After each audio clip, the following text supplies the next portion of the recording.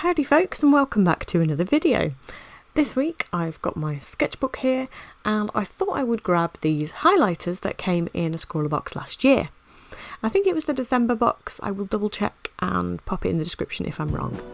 But these are the Pilot Frixion markers, and it says on the barrel here, removes by friction, which basically means that these highlighters are erasable. Something that I made quite a bit of use of in the initial challenge last year and was hoping to make use of again, and it didn't really go according to plan this time, but you'll see why. But yes, I was very inspired by these colours when I first got them, so I thought that I would try and make art with them today.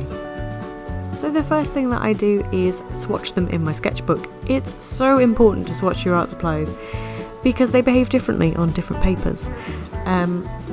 Particularly in this case, the erasability of them. I thought that they would work quite well on this pad. It's a watercolour sketch pad, although it's a very cheap one, but I did test it there and thought I'd get away with it.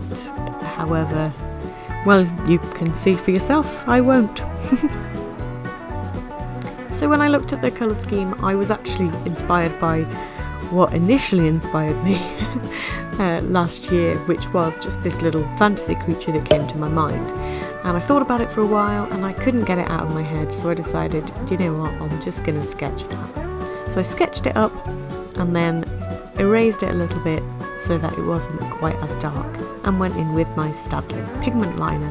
I think this actually came in the same scrawler box as those highlighters, I'm not sure, but I'm pretty sure that it did. I just keep it in a jar on my desk.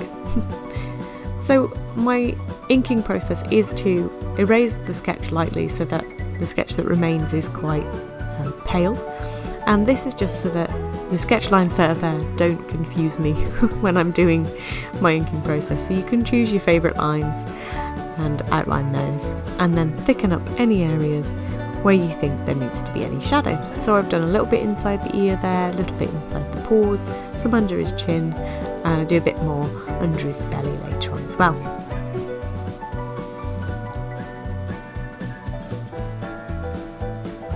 So like I said before, I kind of thought of that creature that I drew last year, but I didn't have the picture to hand, so I just kind of knew what I remembered of it. So the fact that it had long ears, this funky long split tail, and it was fluffy. That was pretty much all I remembered. And looking back now at the original was way more fox-like, and this one's more kind of bunnyish, so maybe they're just a closely related animal, not the same one. So after rubbing out the rest of my sketch lines, I throw in a shape in the background. I do this quite a lot in my sketchbook. I usually throw an accent colour in the background, maybe use a bit of metallic paint or something like that.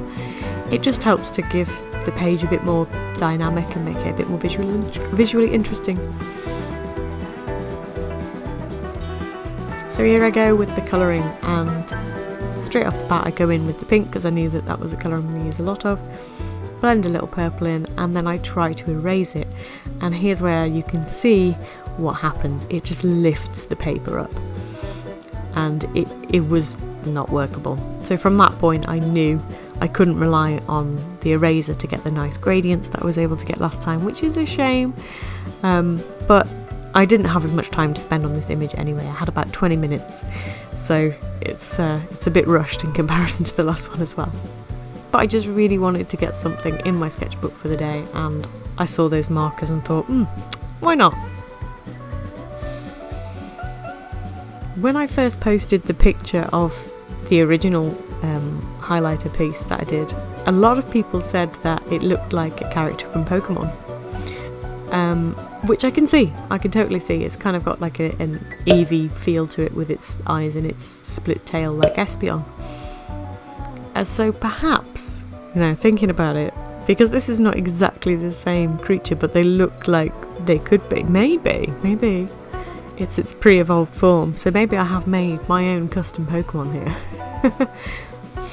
I don't know, what do you reckon? If it is this its pre-evolved form? Is this its evolved form? Also, what type do you think it is? I think it looks fairly normal. It would be normal or fairy, I think. Let me know in the comments what you think. Is this pre-evolution or pre-evolution? I don't know what they call it. Or is it an evolved form of the one that I did in my Scrawlbox challenge? Let me know in the comments. I'm intrigued. So yeah, I put a bit of banding in with the blue. I just wanted to use the blue a bit more, to be honest. It's such a nice colour, and I wanted to make use of all of the colours if I could, because I used the purple to shade, and obviously the pink in the ears and the nose. But I hadn't used the blue a lot, so I wanted to try and give it some love. And I actually decided that the background, rather than being one solid colour, I thought, well, I'll just make it look like it's out and about. So I did some simple clouds. They're kind of reminiscent of Toy Story clouds, you know, Andy's wallpaper, in the first one at least, with the clouds and the blue sky. And then I left some room there for the green grass. But there wasn't actually a lot of contrast between the blue and the green. They're very similar shades. So when I coloured it in, I was like, can't actually see that there is grass there. So I grabbed my fine liner again and outlined the grass. I leave the clouds without an outline because I think that works. And then I grabbed this Sharpie Extra Fine. Again, I think this was the same Scrawlbox. I'm basically just reusing all of the contents of that Scrawlbox, I think. And gave it a stroke to the character, because I felt like he was getting a little bit lost, and I felt like he needed a bit of a thicker outline in places. And I do quite enjoy doing this. It gives it a bit more of a cartoony effect when you give a thicker outline like that.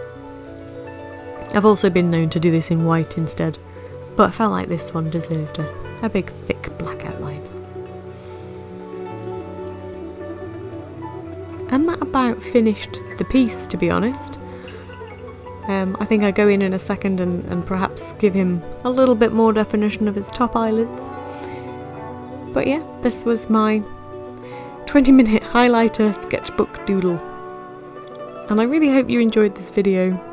Sorry it's a bit shorter than usual, but if you liked it, give me a thumbs up. Let me know what you would call my species of Pokemon in the comments and what type you think it would be. And if you want to stick around for more content like this, then make sure you hit that subscribe button. Then you can see more adventures in art that may or may not end brilliantly. Until then, bye for now.